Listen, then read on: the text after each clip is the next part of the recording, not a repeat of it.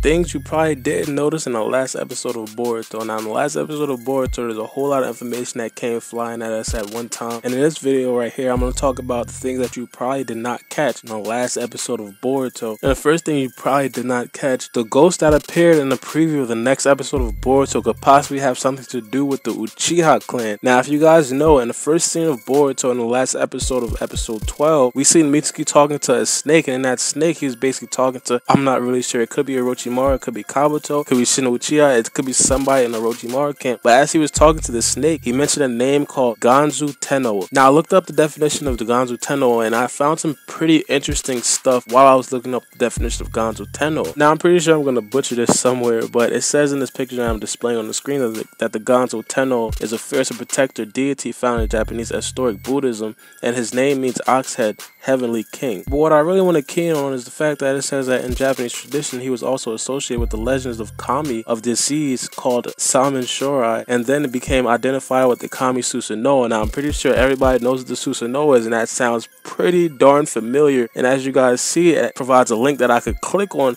about the Susanoo.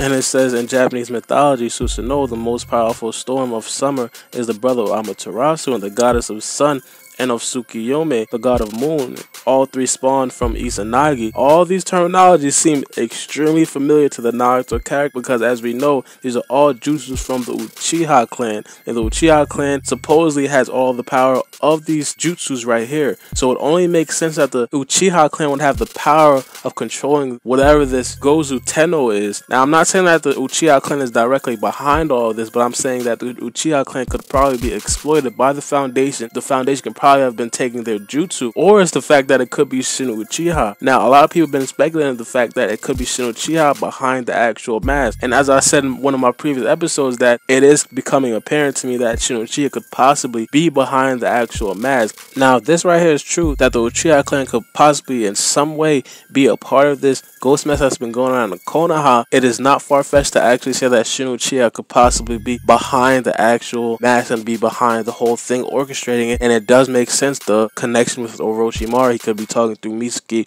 with the snake. He could be controlling everything with the snake jutsu. He could have Foundation connection. The person that's supposedly behind the mask has access to the Hashirama cells, and also Orochimaru has access to the Hashirama cells himself. So everything could possibly make sense around the Shin Uchiha theory. The second thing you guys probably didn't notice was the actual exchange between Sumire and Mitsuki. Now, I'm pretty sure a lot of you were keying in on this, but I don't think a lot of you guys really understood or took away from that engagement that I took away from it. And the first scene when it came to those two, we seen Sumire talking to her mother, and that seemed extremely suspicious because of the fact that, first of all, it was scary music in the background and we couldn't really hear what they were talking about. So I'm pretty sure the writers in Boruto didn't want us to know exactly what they were talking about, so they want to keep us on the edge. And also, you see the person that Sumire was talking to, it looks like she was extremely scared. Now, I really don't know who this person is. It might be her mother, it might be her orphanage guardian, it might just be her guardian of some sort, but we really don't know who it is. And also, I said we can't hear them, so it's extremely creepy. So the second thing is, when Sumire was actually talking to Mitsuki, she was kind of expecting Mitsuki to come with other people. And as you guys know, there's been a whole lot of speculation that Sumire was behind the mask, and the masked man or the masked woman seen Mitsuki. Whoever's behind that mask, if they did see Mitsuki, they wouldn't really want to have any other people be with Mitsuki if they were actually visiting them in the hospital, if you guys get what I'm talking about. So in this scene, it looks like Sumire is actually upset that Mitsuki didn't come with anybody to visit her. It looks like she was extremely lonely, and it looks like she didn't really want to just talk to Mitsuki, she wanted to talk to other people. So this is a strike against that theory that Sumire could be possibly behind the mask. Another thing is that Mitsuki also asked her a question. She basically said she wanted the whole thing to be over quickly. I think Mitsuki asked her something along the lines of, how do you feel about being attacked? And as I said, she said, I want it to be over extremely quickly, and that seemed extremely genuine. It tells me that she's probably not the guy that's behind the mask. Now, the thing I want to reiterate is the fact that that first scene with her mother was extremely creepy, and the fact that there were no voice, we couldn't really hear the voice, we couldn't really hear Sumire or the other woman talking, that's extremely creepy, and that tells me that the writers of Boruto doesn't really want us to know what they were actually saying. So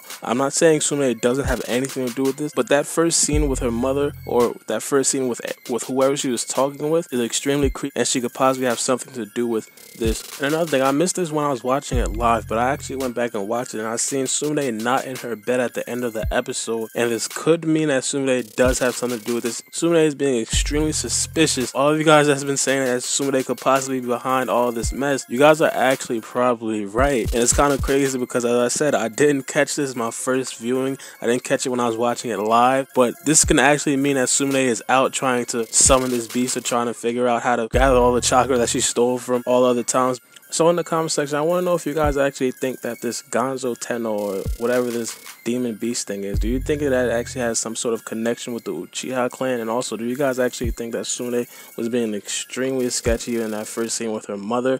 And how do you actually feel about Sumire? Do you actually think that Sumire is the person behind the mask, or did this little scene in the beginning of Mitsuki and Sumire's engagement change your feelings about if Sumire was actually behind the mask? Let me know what you guys think in the comment section below. But it's been your boy BORUTO, and we out.